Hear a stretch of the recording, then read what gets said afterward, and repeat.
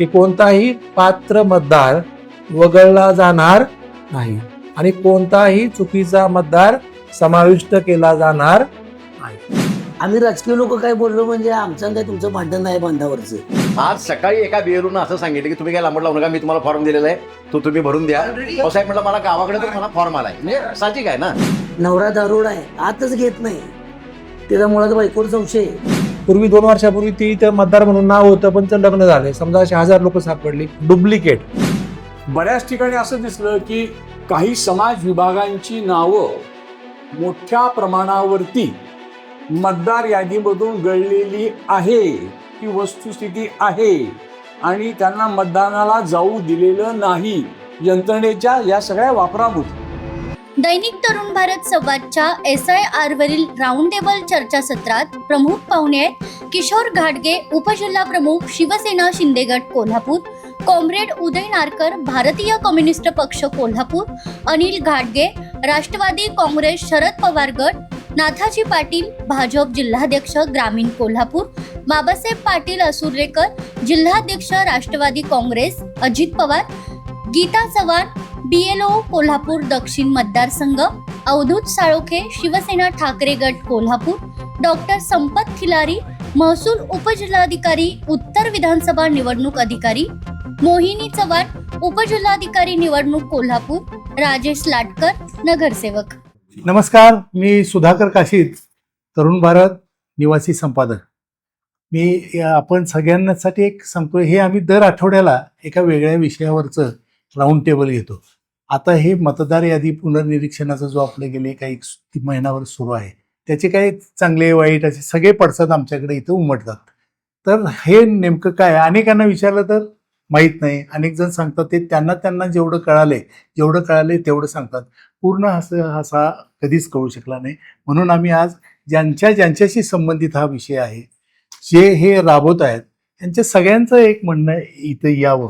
अगदी पॉझिटिव्ह अशा पद्धतीनं हे चुकीचं असेल, समजा अडचणीचं असेल तर ती अडचण कशी आहे आणि त्याचा त्रास कसा कोणाला होणार हे ते देखील आपण सांगू शकता. आणि याच्यातून फक्त एक की मतदार यादी आपली हे व्हावी अशा स्वरूपाचं हे आहे.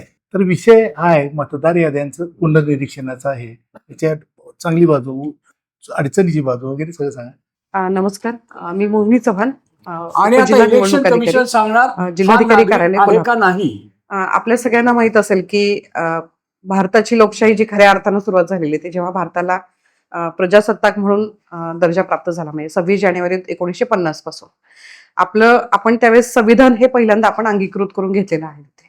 आता ह्या संविधानामध्ये आपण लोकशाही ही आपण स्वीकारलेली आहे त्याच्यामध्ये, आणि संविधानामध्ये कलम 324 जे आहे त्याच्याद्वारे हे जे आहेत म्हणजे भारत निवडणूक आयोगाची त्याच्यामध्ये स्थापना झालेली आहे. ते आता भारत निवडणूक आयोगाची जी काही मूळ संकल्पना आहे, तर भारतामध्ये लोकशाहीसाठी जी सगळ्यात महत्वाची आवश्यकता आहे त्यामध्ये मतदार यादी तयार करणं आणि प्रत्यक्ष निवडणुकांचं संचलन करणं ही मेन जबाबदारी ही भारत निवडणूक आयोगाची असते तिथे. आता भारत निवडणूक आयोगाच्या जी मेन जबाबदारी त्याच्यामध्ये लोकसभा आणि विधानसभेची निवडणुका घेणे, त्याच्याबरोबर काही राज्यामध्ये विधान परिषद देखील आहे तिथे. तर ह्या तिन्ही ज्या कायदे मंडळ जे आहेत त्यांच्या निवडणुका घेण्याचं हे काम आहे तिथे. आता ह्या निवडणुका घेण्यासाठीचा जो सगळ्यात महत्वाचा जो पाया आहे तो आहे मतदार यादीचा आहे. आता मतदार यादीसाठी आपल्याला जे काही हे दिलेले आहेत म्हणजे क्रायटेरिया जे आहेत, मिनिमम एलिजिबल एज जो आहे त्याच्यामध्ये सगळ्यात महत्वाचा क्रायटेरिया आहे की तो सगळ्यात महत्वाचा तो भारताचा नागरिक असला पाहिजे. दुसरा क्रायटेरिया त्यातला महत्वाचा आहे की त्याच्या वयाची त्यांना 18 वर्ष ही पूर्ण केले पाहिजे तिथे. मला वाटते पूर्वी ही क्रायटेरिया हा 21 वर्ष होता, नंतर तो 18 वर्ष केलेला आहे. आणि तिसरा जो महत्वाचा क्रायटेरिया फारसा जनरली त्याची चर्चा होत नाही की कुठल्याही कायद्यान्वये त्या संबंधित मतदाराला मतदानाचा हक्क तो हिरावून घेतला नाही पाहिजे. तर असे साधारणतः 3 महत्वाचे आहेत. मग आपण जर ओव्हरऑल जर विचार केला तर जो भारताचा नागरिक आहे आणि ज्यानं वयाची 18 वर्ष पूर्ण केलेली आहेत तर तो भारताच्या मतदार यादीमध्ये त्याचं नाव नोंदवू शकतो. आता तो नाव कुठे नोंदवू शकतो की ज्याचा त्या व्यक्तीचा ऑर्डिनरी रेसिडेन्स जिथे आहे तर त्या ठिकाणी तो त्याचं आपलं नाव नोंदवू शकतो त्यामध्ये. तर साधारणतः ही मतदार यादीची ही संकल्पना आहे तिथे. आता आपण लोकसभा असेल किंवा विधानसभा असेल तर मतदार यादीचा जो बेसिक हे जो आहे तर क्रायटेरिया जो आहे तर तो आहे विधानसभा हे जे आहे तर त्याची म्हणजे ती बाउंड्रीज आहेत त्याच्यामध्ये.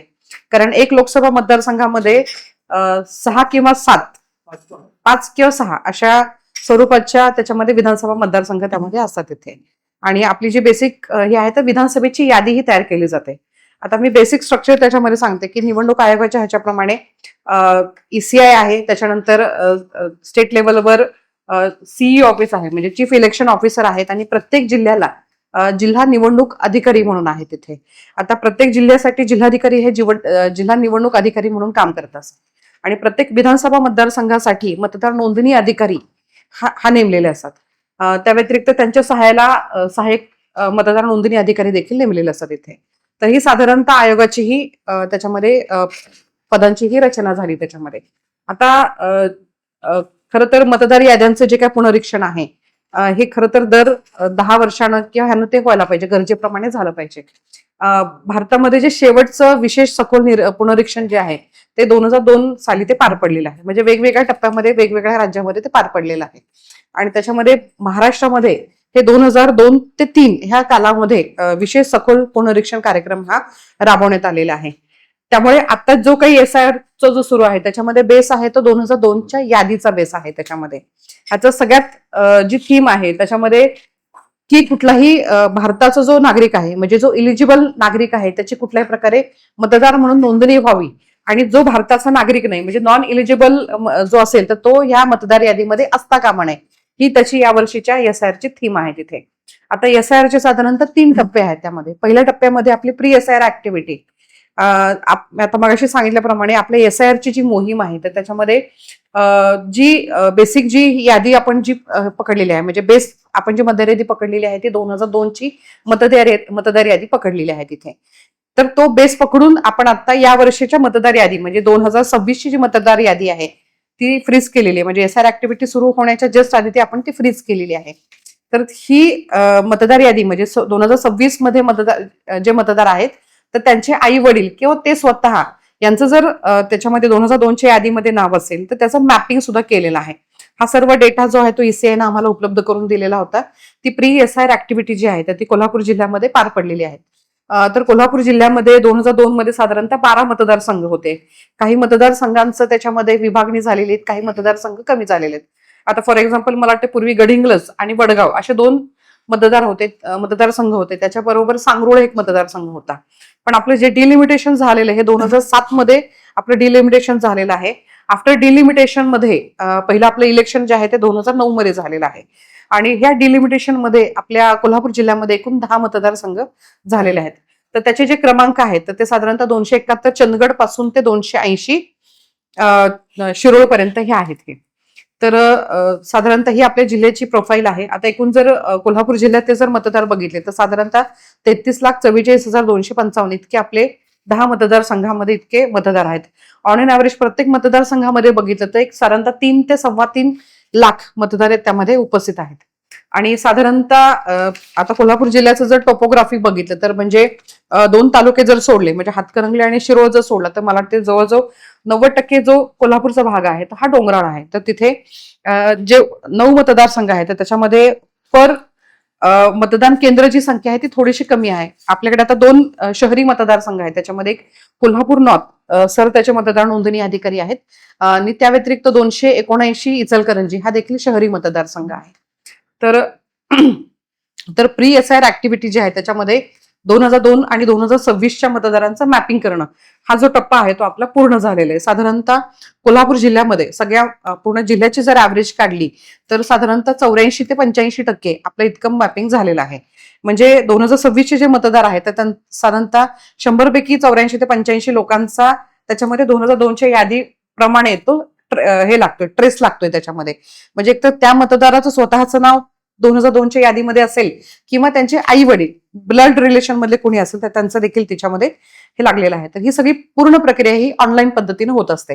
आता त्याच्यामध्ये अजून एक प्रकार असा आहे की त्याच्यामध्ये अॅनोमॉलीज पण काही निर्माण झालेले आहेत. आता अॅनोमॉलीज म्हणजे काय की त्याच्यामध्ये थोड्याशा चुका हे सॉफ्टवेअरला डिटेक्ट झालेल्या आहेत. तर त्या चुका कुठल्या प्रकारच्या आहेत, साधारणतः मग नावामध्ये डिफरन्स असेल किंवा आई वडील आणि मुलाच्या वयाच्या अंतरामध्ये खूप मोठा डिफरन्स असेल, अशा काही प्रकारच्या त्याच्यामध्ये अॅनोमॉलीज पण निर्माण झालेले आहेत. तर साधारणतः ह्याचं प्रमाण हे पूर्ण जिल्ह्यामध्ये एक 12% आहे. आता आयोगाच्या ज्या काही वेळोवेळी ज्या काही आढावा बैठका होतात आणि त्याच्यामध्ये जो आपल्या लोकशास्त्रीय म्हणजे लोकसंख्या शास्त्रीय दृष्ट्या बघितलं तर आपल्याकडचं काम हे चांगलं झालेलं आहे. म्हणजे मॅपिंगचं असेल किंवा अॅनोमॉलीचं जे काम आहे तर ते बियॉन्ड डाऊट झालेलं आहे त्याच्यामध्ये. तर ह्या पूर्ण प्रक्रियेमध्ये राजकीय पक्षांचं देखील तितकंच आम्हाला सहकार्य मिळालेलं आहे तिथे. हा टप्पा आपला पूर्ण झालेला आहे. त्याच्यानंतर दुसऱ्या टप्प्यामध्ये त्याच्यामध्ये बीएलओची नेमणूक असेल, त्यांचं ट्रेनिंग असेल. त्याच्यानंतर प्रत्येक मतदाराला डुप्लिकेट फॉर्म्स मध्ये आपण इनॉमिनेशन फॉर्म हा हे करून दिलेला आहे. तर त्याची छपाईचं काम आणि प्रत्यक्ष बीएलओच्या ताब्यात जे देणं तर त्याचं काम आपलं हे झालेलं आहे.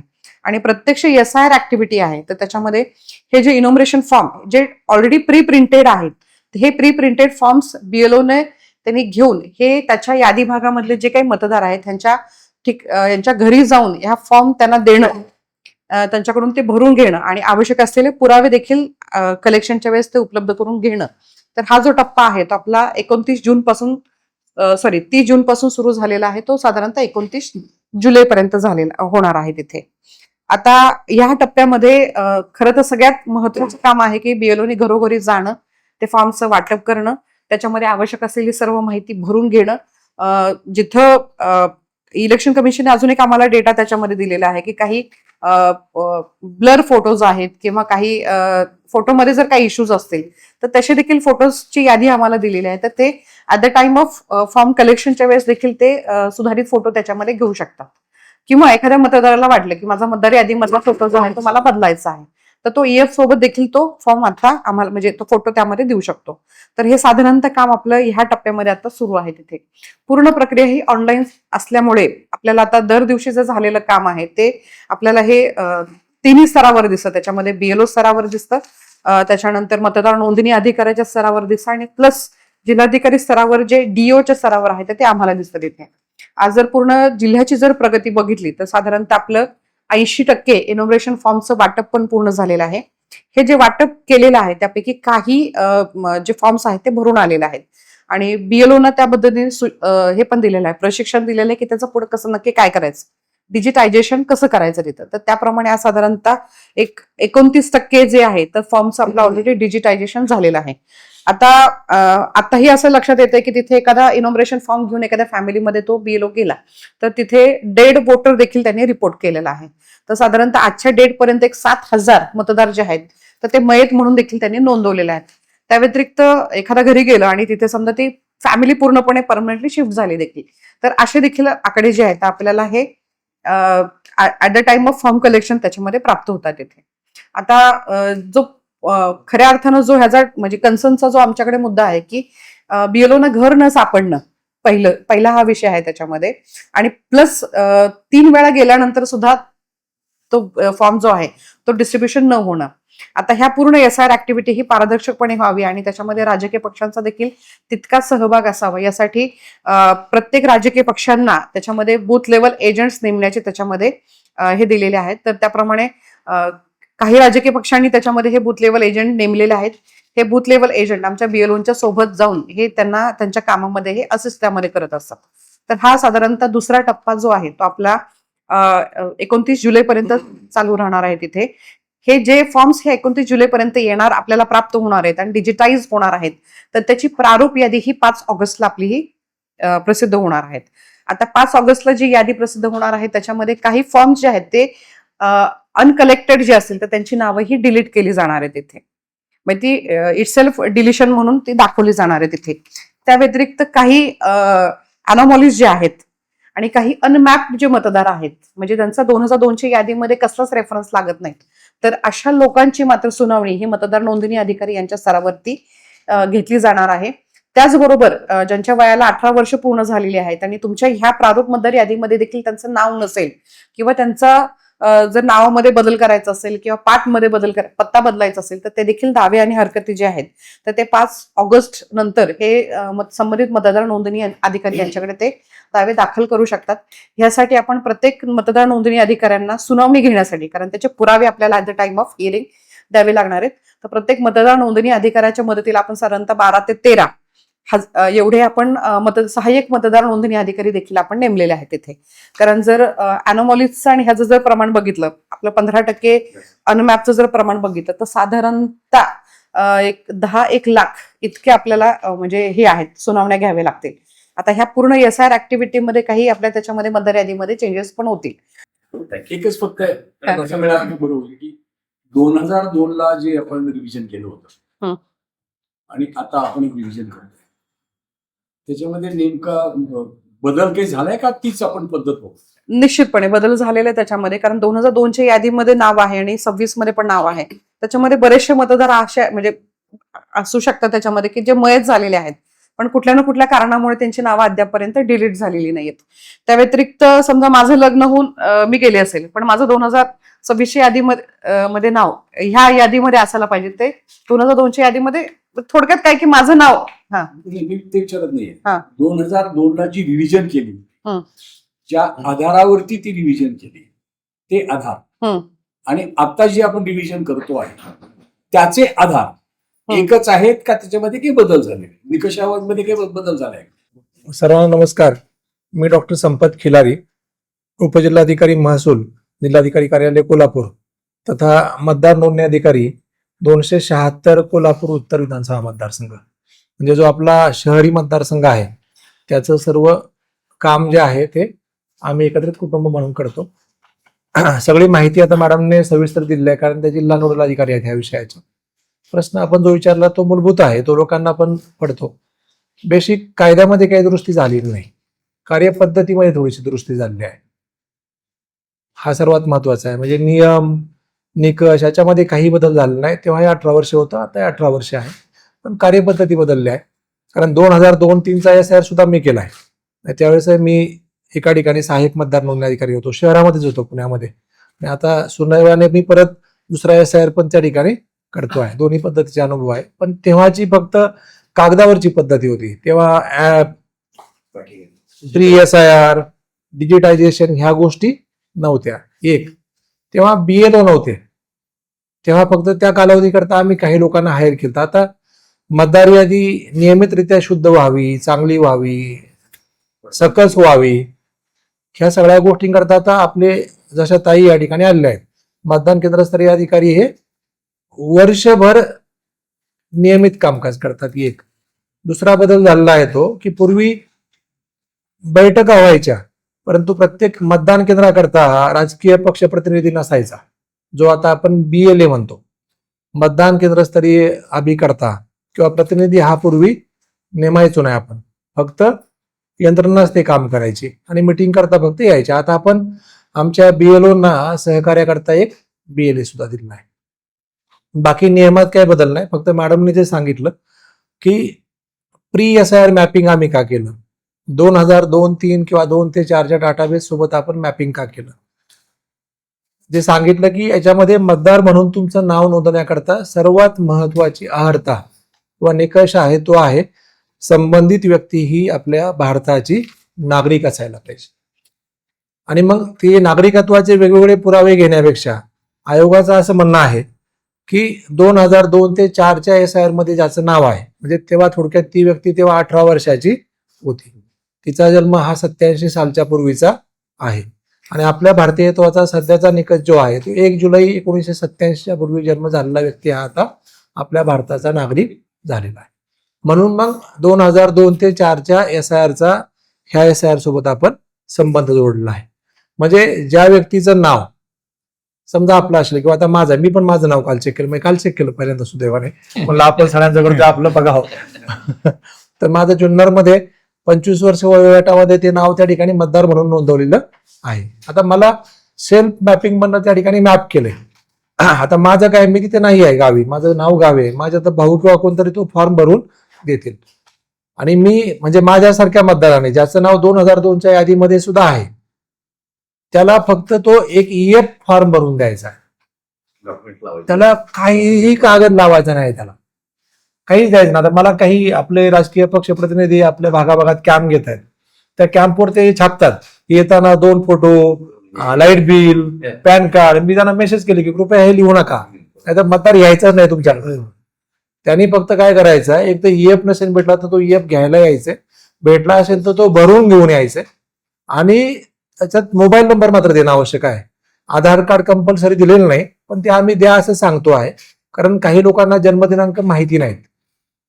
आधारवर त्यांचे एक जन्मदिनांक नोंदवले, आता त्या BLO मॅडम जास्त सांगतील तुम्हाला. आणि सर्वात महत्वाचे मोबाईल क्रमांक मात्र आम्ही द्यायचा त्याला आग्रह धरतो आहे, कारण भविष्यामध्ये आपण डिजिटल क्षेत्राकडे चाललो आहे.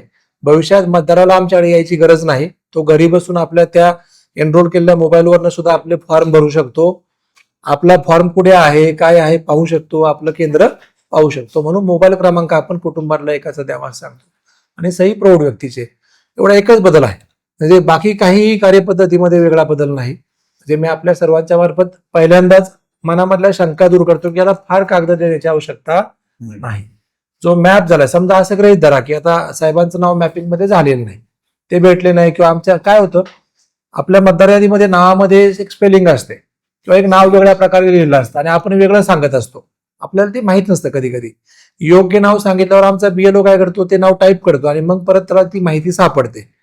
मग ते अनमॅप मतदाराला पण ते मॅप करतायत, म्हणजे परत त्याचे कागद कमी होतात. म्हणजे आमच्या सूचना तसाच आहेत, बाबा तुम्ही गडबड करू नका, अनमॅप्ड आहे त्याचा फॉर्म बाजूला ठेवा, आपण तो शेवटला पाहू. आता जे मॅप्ड आहे, जे योग्य आहे ते तुम्ही पटपट काम तुमचं संपवा. अनमॅप्डला आपण त्याला संपर्क केला की त्याने आपला माहिती दिली, तो मॅप्ड मध्ये येईल, त्याचा एकच कागद आपला घ्यावा लागेल. म्हणजे आमचं काम पुढचं थांबणार आहे आणि मतदाराची पण गैरसोय होणार नाही, आमचं सुनावणीचं काम कमी होईल असा विषय आहे. म्हणजे हे काम तसं फार सूत्रबद्धपणे करणं आवश्यक आहे, त्याच्यामध्ये फक्त एकाने हातात हात घालणं आवश्यक आहे. आता आपण राजकीय पक्ष प्रतिनिधी आहात या ठिकाणी. माझ्या मतदारसंघामध्ये भारतीय राष्ट्रीय काँग्रेस या पक्षाने 277 BLA ची नियुक्ती केली आहे. आता याच्यामधले 50% ऍक्टिव्ह असावेत किंवा 31% ऍक्टिव्ह राहतात, कारण आपणही काही लोक नेमता ते त्यांच्या सोयीने काम करतात, पूर्ण वेळ काय तो कार्यकर्ता काम करत नाही. शिवसेना एकनाथ शिंदे गट यांनी 315 लोक नेमलेले आहेत, भारतीय जनता पार्टी 315 BLA नेमलेले आहेत, शिवसेना उद्धव बाळासाहेब ठाकरे गटाने 169, बाकी पक्षाने कोणीही BLA ची नियुक्ती केलेली नाही. माझं आव्हान आहे आता बाकी की त्यांनी जिथं शक्य आहे, ते पहा सगळ्या केंद्रांकरता ते नेमले जाणार नाहीत, पण जिथे शक्य आहे त्या ठिकाणी जर तुम्ही नेमलं तर भविष्यात तुमच्या मनातल्या शंकाही दूर होतील.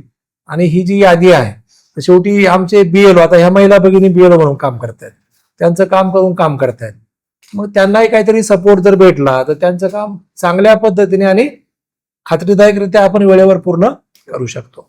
याच्याकरता याच्यामध्ये सर्वांचं सहकार्य अपेक्षित आहे.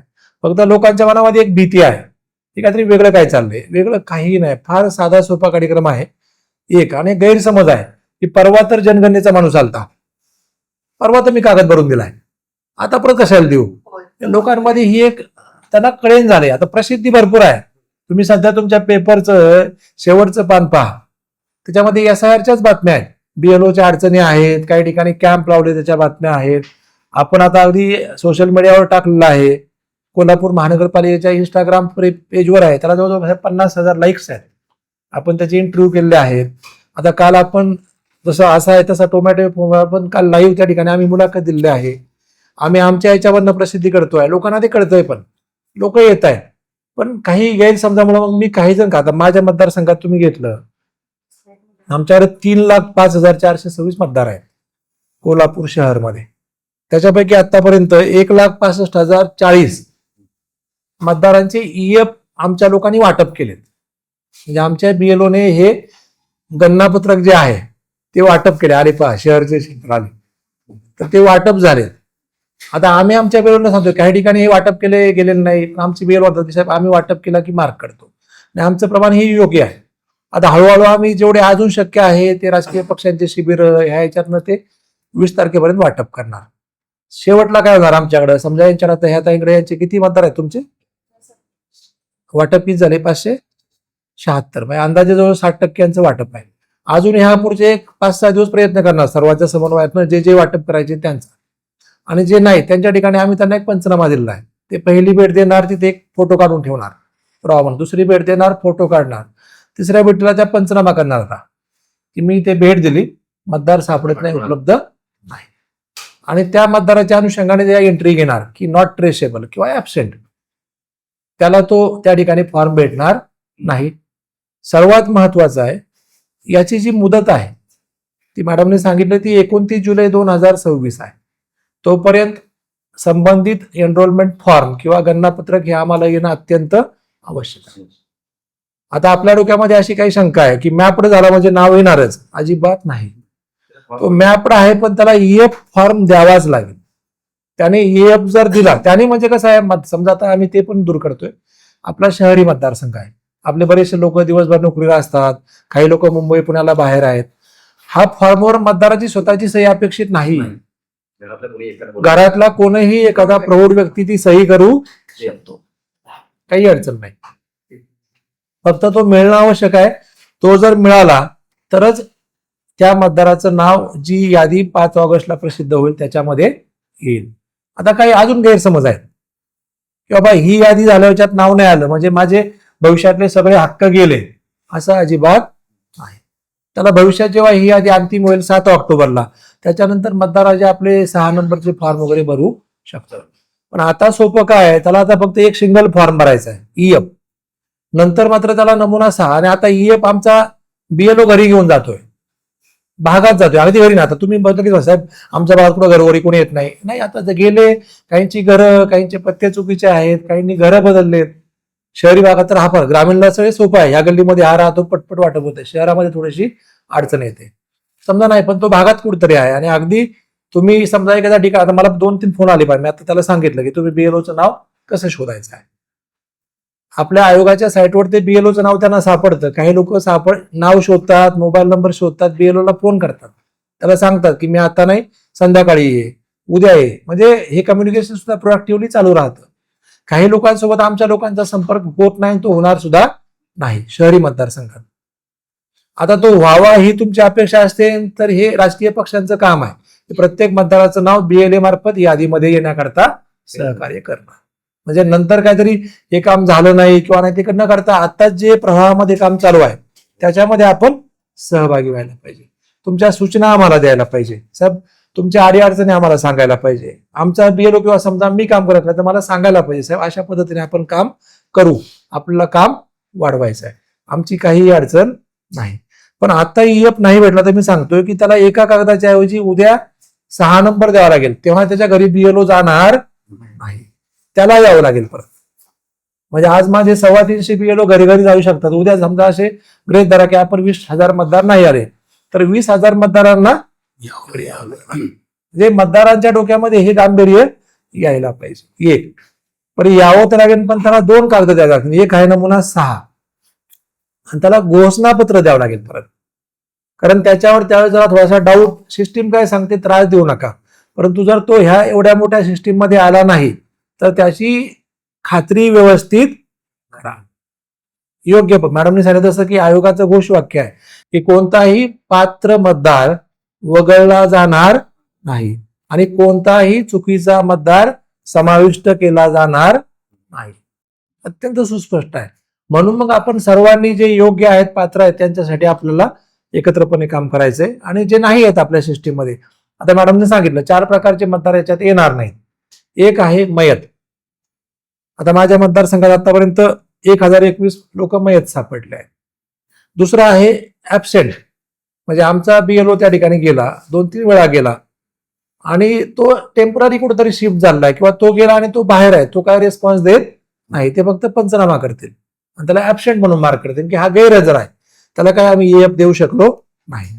आमचा बीएलओ भागामध्ये गेला आणि त्या ठिकाणी पहिला मतदार भाडेकरू म्हणून राहत होता. घर मालक सांगेल हा मागच्या वर्षी माझ्याकडे भाडेकरू होता पण आता तो गेला उजळाईवाडीला. ते गेले राहायला आता शिवाजी पेठेत. ते आता इथं राहत नाहीत.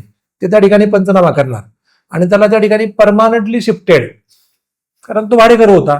तो काय परत तिथे येणार नाही. Permanently shifted. काही मुलं आहेत घरामध्ये काही मुली आहेत त्यांची लग्न झालेत.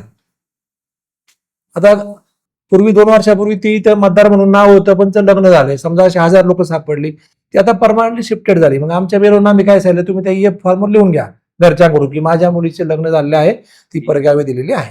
तो फॉर्म अपलोड करायचा. त्या मुलीला परमानंटली शिफ्टेड मध्ये मार्क करायचं. आणि सर्वात शेवटचा प्रकार आहे डुप्लिकेट. आता आमच्या ह्या मतदारसंघामध्ये 8000 मतदार असे आहेत त्यांचे फोटो समान आहेत. म्हणजे 4000 मतदारांची नावं त्या ठिकाणी डबल आहेत. मग आता आमचं त्याला सोल्युशन काय आहे, त्या मतदाराने सांगायचं आहे की मला याच्याऐवजी इथं नाव ठेवायचं आहे. जिथं नाव ठेवायचंय त्या ठिकाणचा ईएफ त्याने भरून द्यायचा. जिथे नाव ठेवायचं नाही त्या ठिकाणी सांगायचं की माझं नाव त्या ठिकाणी ठेवायचं आहे, इथं ठेवायचं नाही. तिथे ते नाव वगळलं जाईल आणि आमच्या इथे त्यांचं नाव. दोन्ही ठिकाणी मग आता मला सांगा साहेब, एका तालुक्यात नाव आहे, समजा चंदगडमध्ये नाव आहे, तो शहरामध्ये पण राहतो, तिथं पण नाव आहे, इथं पण नाव आहे. याच्यामध्ये पण तेच अपेक्षित आहे. पुन्हा नाही, आमच्याकडून नाही साहेब. समजा त्यांनी जर 2 ईएफ भरून दिले आता, तर दुर्दैवाने ते चुकीचं आहे. त्यांनी ते करणं अपेक्षित नाही. एक हे सिस्टीम पण आम्हाला सिद्ध होणार आणि त्याची सुनावणी होईल त्या ठिकाणी. आयोगाचं सुस्पष्ट म्हणणं आहे, तुम्ही 2 ठिकाणी नाव टाकलं तर तुमच्या विरुद्ध गुन्हा दाखल होऊन 1 वर्षाची शिक्षा होऊ शकते.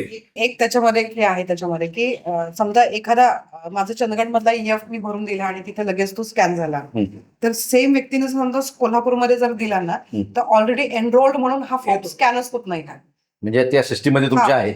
एक्झॅक्टली आहे ते. त्याच्यामुळे ते ठीक हे जे आहेत की डबल त्याच्यामध्ये होणार नाही, तिथे दुबार नोंदणी नाही होणार नाही, नाही. काही ठिकाणी बेलो असं सांगतोय मॅडम की तुमचं तिकडे असू दे पण मला इथे फॉर्म भरून द्या. हे त्याचं काम सोपं करण्यासाठी तो बोलतात नाही नाही नाही. किंवा काय असेल तो भाग वेगळा आहे. परंतु जो मला आता सकाळचा अनुभव आहे आणि अजूनही काही ठिकाणी खरं म्हणजे 29 तारीख आता जवळ आली, मुदत वाढेल न वाढेल तो नंतरचा भाग आहे. तो तुमच्या हातात नाही, कुणाच्या नाही, तो निवडणूक आयोगावर अवलंबून आहे. ना सरकारच्या ताब्यात आहे ना कुणाच्या ताब्यात आहे. परंतु अजून सुद्धा काही बीएलओनी फॉर्म दिलेले नाही. ही वस्तुस्थिती आहे. 4-4 वेळा फोन केले तर हा येणार आहे येणार आहे येणार आहे असं तू सांगतो, नाही याच्यातला भाग नाही. मग ते फॉर्म देणार कधी? आता 4 कॉलम त्यामध्ये आहे फॉर्ममध्ये, 1, 2, 3, 4. ज्याचं मॅपिंग झालं त्यांनी 1 नंबर भरून दिला, बाकीचा आधार कार्ड वगैरे नंबर असतात त्याच्यामुळे फारसा काय येणार नाही. ज्यांचं मॅपिंग नाही त्यांनाच तो संपूर्ण फॉर्म व्यवस्थित भरून आई वडिलांचं एक त्याला डॉक्युमेंट्स लावावं लागेल. आपला नियम आहे त्या पद्धतीने लोक काम करतात. प्रत्येक सर्वसाधारणपणे तुम्ही म्हटलं तर ह्या मॅडम बेवलो आहे, तर त्या बेवलो म्हणून काम करतात, त्याला 1400 फॉर्म त्यांच्याकडे आहेत. आता 60% झालेलं आहे, म्हणजे अनेक 20% होईल. आणि 20% जसं तुम्ही आता म्हटला की ट्रान्सफर आहेत लोक. समजा माझ्याकडे वाडेकर होते, त्यांची 6 नावं आहेत, 2002 साली होती, पण आता नाहीच नाहीत तिथं. म्हणजे अशी नावं की निश्चितपणानं शिफ्टेड होतील, हे होतील. परंतु तो तिथं नोंदवल्यानंतर त्याचं इथलं नाव रद्द झालं पाहिजे, किंवा तो इथं जर मतदान करून येणार असेल, कारण काही ठिकाणी नंबर आहेत, ते नंबर सांगितलं नाही माझं नाव तिथंच ठेवा, मी तिथंच राहतो, असं एक पद्धत आहे साहेब. म्हणजे या बाबतीमध्ये जो गोंधळ होणार आहे तो गोंधळ होणे. आणि 2 गोष्टी काय झाले सध्या बिहारमध्ये आणि पश्चिम बंगालमध्ये ज्या गोष्टी घडल्या, म्हणजे फार मोठं काहीतरी घडतंय आणि फार मोठं काहीतरी होतंय. परंतु महाराष्ट्र हा त्याच्या पुढे गेलेला आहे. म्हणजे महाराष्ट्रामध्ये अशा यादीमध्ये काय होईल अशातला भाग नाही. अगदी म्हणजे आता 33 लाख जर आपल्या मतदार असतील, 33 लाख आणि वर काहीतरी मतदार असतील, लय तरी 4-5% त्याच्यामध्ये फरक पडेल. आणि डबल नाव आहे ती कॅन्सल व्हायलाच पाहिजे, ती झालीच पाहिजे, तो काही विषय नाही. सॉफ्टवेअरमध्ये ऑलरेडी ती तरतूद आहे त्याच्यामध्ये की समजा मला तुम्ही म्हणताय त्याप्रमाणे की माझं इथे पण नाव राहिलं नाही, तिथं पण ईएफ भरून दिला. प्रॉब्लेम त्याच्यामध्ये सॉफ्टवेअरमध्ये ही तरतूद आहे त्याच्यामध्ये की समजा एखाद्या ठिकाणचा मी आधी जर ईएफ भरून देऊन तो डिजिटाईज झाला, तर दुसऱ्या ठिकाणचा मी ईएफ भरून दिल्यानंतर तो डिजिटाईज होत नाही. तो नक्की होत नसेल तर लय बेस्ट आहे. म्हणजे आज सकाळी एका बीएलओनं असं सांगितलं की तुम्ही काय लांबड लावू नका, मी तुम्हाला फॉर्म दिलेला आहे, तो तुम्ही भरून द्या. साहेब म्हटलं मला गावाकडे तर मला फॉर्म आलाय, म्हणजे साहजिक आहे ना, ऑलरेडी एनरोल्ड म्हणून आता आमच्याकडे त्याचं रिपोर्टिंग होते ना, जातच नाही. ओके. शंका ज्या आहेत त्या महत्वाच्या आहेत. बीएलओला आपण सांगितलंय की तुझ्याकडचे आहे ते फॉर्म या कॅटेगरीमध्ये तू भरून घेऊन तुला तो हिशोब देणं सिस्टीम मध्ये आवश्यक आहे. हा एक विषय. दुसरा विषय दूर करतो आपण. काही राज्यांची उदाहरणं दिली आपण, काही राज्यापुरतं सांगतोय, पण आतापर्यंत SIR हा 2च राज्यात झालेला नाही. तो त्याच्याशिवाय पण 6-7 राज्यामध्ये आलाय, झालेला आहे, तामिळनाडूमध्ये झालेला आहे, केरळमध्ये झालेला आहे. काही प्रॉब्लेम झालेले नाहीत. आपल्या इथं पण आम्ही नेहमी सांगतोय, आपण जे सांगितले की आता काही ठिकाणी बीएलओ आलेलं नाही, व्यक्ती तितक्या प्रकृती आहे साहेब. आता आम्ही आमच्या यांच्या दरदिवस मिटिंग होतात, विषय होतात, आमचं रेग्युलर अनालिसिस चालू असते. आता पण मी शिडाला मी तेच करत बसलो होतो की मला सांगितलं की ह्या बीएलओचं काम कमी आहे, हे अनालिसिस चालू आहे. आता माझ्या शहर मधलं मी सांगतो तुम्हाला, माझे 40 बीएलओ हे आता गेल्या 7 दिवसात मी नेमलेले आहेत. कारण बदल्या झाल्या, रिटायर्ड झाल्या. आता माझ्या एका परवा बीएलओना म्हणजे डॉग बाईट झाला, कुत्रं चावलं, ही फॅक्ट आहे. म्हणजे मी काल सुद्धा सांगितलं की आम्ही बीएलओच्या कामाला सलाम करतो आणि तो प्रत्येकाने करायला पाहिजे. हे फार अवघड काम आहे, प्रतिष्ठ. परवा दिवशी मी स्वतः एका ठिकाणी गेलो होतो, मी आमच्या कलेक्टर साहेबांना पण सांगितलं, मी स्वतः होतो हजर, तरी पण घर मालकाने घरामध्ये आम्हाला घेतलं नाही. की शहरामधली वास्तविकता आहे. म्हणजे ते आमचे सांगत होते BLO साहेब तेव्हा हो खिलारी साहेबांचं नाव मी पेपरला वाचतो, मला ते माहिती आहे, पण आता मला वेळ नाही. त्यासारखं समाज स्वास्थ्य झाले तुमचं काय बोलतो.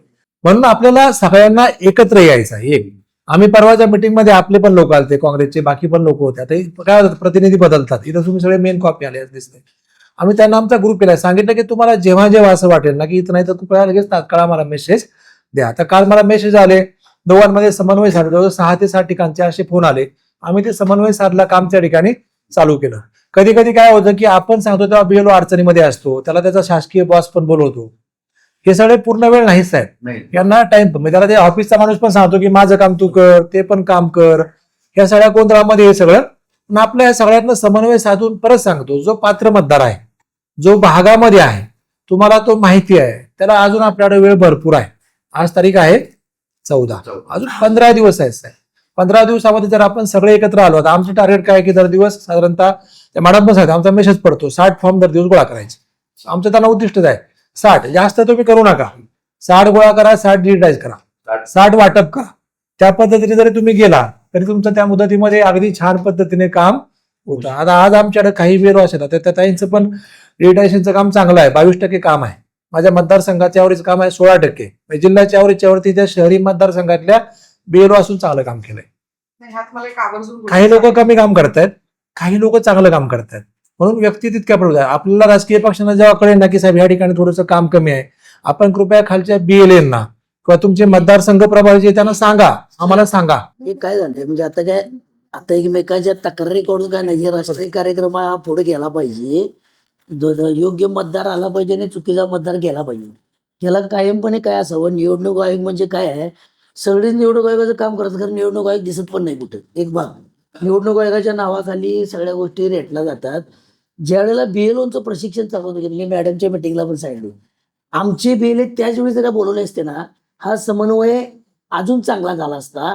आता फील्डवर आल्यावर जे ते पक्ष पळा लागला, जे ते BLA आमचा पळा लागला, स्थानिक अडचणी बघून तुमची व्यक्ती किमान मानधनवर किंवा राष्ट्रीय सरकारी सेवेतले आहे, आमचा कार्यकर्ता आपली नोकरी बघून, आपलं कुटुंब बघून, त्याची सुखदुःख बघून, त्याच्यातलं मयत दुःख बघून सगळं त्यांना वेळ द्यायचा आहे, हा भाग झाला. आता हे करताना साहेब जागेवरचे मतदार व्हायला लागलेत. आता उत्तरचं आजची परिस्थिती आहे 27,332 फॉर्म फेल आहे. दक्षिणचे 73,000 आहेत. उत्तर अजून 2,98,000वर पेंडिंग आहे. दक्षिण 3,06,000वर पेंडिंग आहे. आता वारीला गेलेले लोक असतील किंवा माझ्या वॉर्डातले मिलिटरीला सर्व्हिसला आहे, त्याला तर फिजिकल कसं आणणार आम्ही? तो एक मिनिट, आमचे 2 मिनिट म्हणजे घरात नाही यायला आले मॅडम, काय व्हायला आलीस मॅडम? हे काम सगळ्यांचं आहे आपलं. आम्ही राजकीय लोक काय बोललो म्हणजे आमचं काय तुमचं भांडण नाही बांधावरचं, हा पहिला भाग. सगळ्यांचं एक कॉमन काम आहे. आणि जोपर्यंत राजकीय प्रतिनिधी आणि सामाजिक कार्यकर्ते उतरत नाहीत तोपर्यंत कुठलीही राष्ट्रीय योजना पणाला लागत नाही, म्हणजे पूर्णत्वाला जात नाही. हे असू दे, केबिनमधलं काम आणि रस्त्यावरचं काम पूर्ण फरक असतो. आज झोपडपट्टीत वावरताना BLOला BLA शिवाय जाताच येत नाही. नवरा दारोडा आहे, आतच घेत नाही, त्याचा मुळात बायकोवर संशयी वातावरण, त्या माणसे त्याला काय करणार? त्यावेळी BLA ताकदीनं काम करतात. परवा मॅडमच्या मीटिंग सांगितलं, साळेगावच्या BLA जर एवढी कंजेस्टेड खिलाडी साहेब जिने वगैरे आहेत त्यांनी झोपडपट्टी ती पडली जिन्यावरनं. आमच्या नगरसेवकाने ॲडमिट केलं, थोडाफार तिथलं कामकाज केलं. आम्ही ते तुम्हाला कॅम्पच्या विषयी बोललो, आता कॅम्पला सुटसुटीत पण आला. सत्ताधारी काय लोकांनी विनाकारण फोन केले, कॅम्प बंद पाडले, हे काय नको, असं काही विषय परत होऊ नये. कोणाच्या आमच्याही फोनवर बंद पडू नका. तिथे कोणाचं निवडणूक चिन्ह नाही आहे, पक्षाचं नाव नाही आहे, कॅम्प चालणार आहे. आता जे मिलिटरीचं पण मुलग्याचं नाव आहे एक सर, तो तिकडं आहे सर्व्हिसला, त्याचं नाव दिसतं. आणि तो व्हिडिओ BLO काय सांगतोय, फिजिकल सहीला पाहिजेच, हा एक सांगवलं. म्हणजे आमच्या समोर जे याल ते मांडायला लावलं. आम्हाला काय त्यातलं नॉलेज नाही आहे. तुमच्याकडनं चांगलं नॉलेज मिळेल तेवढं आम्हाला पुढे समाजापर्यंत पसरवलं येईल. बाहेर नोकरीनिमित्त काही पॅकेजनं नोकरीला गेल्या ते ना कंपनी सोडतच नाही आहे. आता या महिन्याभरात आपला कार्यक्रम आहे. हो, वारीला गेलेले परत तर येतील. परत हे महिन्याचे जे बाहेर पाटील साहेब नोकरीला आहेत ते मग एवढ्या कामासाठी शकत नाही. माझं मत काय साहेब, तुम्ही शासकीय प्रतिनिधी आहे, आम्ही राजकीय प्रतिनिधी आहे. निवडणूक आयोग देशातल्या सगळ्या योजना OTPवर चालू आहेत. माझा इन्कम टॅक्स OTPवर फिल होतोय, माझी लाडकी बहिणीचे पैसे OTPवर येतात, माझा गॅस OTPवर फिल होते, आधार OTPवर अपडेट होते. सगळं. मग काही गोष्टी OTP-वर का नाही साहेब त्याला मान्यता द्याव्यात त्यांनी, म्हणजे अजून आपला मतदार निवडणूक लागली त्यावेळी कसं ते गावाकडे येतात साहेब किंवा वॉर्डात येतात. कार्यक्रम आपला महिनाभर अगोदर निवडणुकीचा किशोरराव जाहीर होतो. हा काय कुठल्या पक्षाचा नाही, सगळ्या पक्षांचे मतदार आहेत असे. असा एक प्रयत्न होतोय का जरा प्रशासनानं सांगा तुम्ही साहेब. डिजिटलायझेशनमध्ये एक मिनिट, डिजिटलायझेशनमध्ये आपण आहे. प्रत्येक गोष्ट फिजिकल येऊन त्यानं बाकीचे सगळे त्याचं व्हायला लागले दादा कसे साहेब, पण सईला मात्र फिजिकल तो पाहिजे. आता कुठनं बेंगळुरूला नोकरीला आहे म्हणतात मुलगी माझी, तिला कंपनी सोडणाच. थांबतो की माझा मुद्दा होते की साहेब, होते ना माझा अजून आहे की मुद्दा माझा होते की साहेब. त्यामुळं आम्हाला ह्या गोष्टीला नाही साहेब, जरा मिटिंगला तुम्ही आता फील्डवर कामाला लावलं आणि त्यावेळेलाच आम्हाला ह्या गोष्टी जरा BLAचं ट्रेनिंग, BLOचं तुमचं ट्रेनिंग जेव्हा साहेब महिना एप्रिलपासून हे कामकाज चालू झालं, म्हणजे प्रशासनाला माझी विनंती आहे की त्याच वेळेला जर पक्षीय BLAवर पण झालं असतं ना, हे मुद्दे अजून सुटसुटीत होत. तुम्हाला इलेक्शन कमिशनकडनं त्याच्या परवानग्या घेणं, शेवट तुम्ही पण काय यातले जे येते ते तुम्ही संध्याकाळी मांडताय, परत त्याचे अपडेट काय येतात त्याप्रमाणे चालते. कामकाज सोपं होण्याच्या दृष्टीनं झालं असतं अजून त्या आता तुमचे साहेब 4-5 मुद्दे क्लिअर करतो मी. माझ्या मतदारसंघाच्या अनुषंगाने बाकी ठिकाणी पण होतात. लाटकर साहेब शहरचे हे होतात. ऍक्च्युली आपण PSIR मॅपिंगच्या कालावधीमध्ये पण सगळ्या राजकीय पक्षांसोबत नियमित बैठका घेतल्यात. साहेब तुमचे प्रतिनिधी येतात. मी प्रत्येक मिटिंगला सांगतोय की तुम्ही एका मतदारसंघाला एक कायमस्वरूपी प्रतिनिधी ठेवा, तो बदलत राहतो साहेब. तोच असावा. किमान पदाधिकारी समजा अध्यक्ष म्हणून तुम्हाला 2 मिनिटं नाही मी मतदारसंघ निहाय मिटिंगला सांगतोय तुम्हाला, लक्षात घ्या, गडबड नको आहे ना. म्हणजे समजा माझी मिटिंग करायची किंवा कलेक्टर साहेबांची मिटिंग घ्यायची, जिल्हाधिकारी मोत्यांची मिटिंग, तर त्याला एकच माणूस यायला पाहिजे.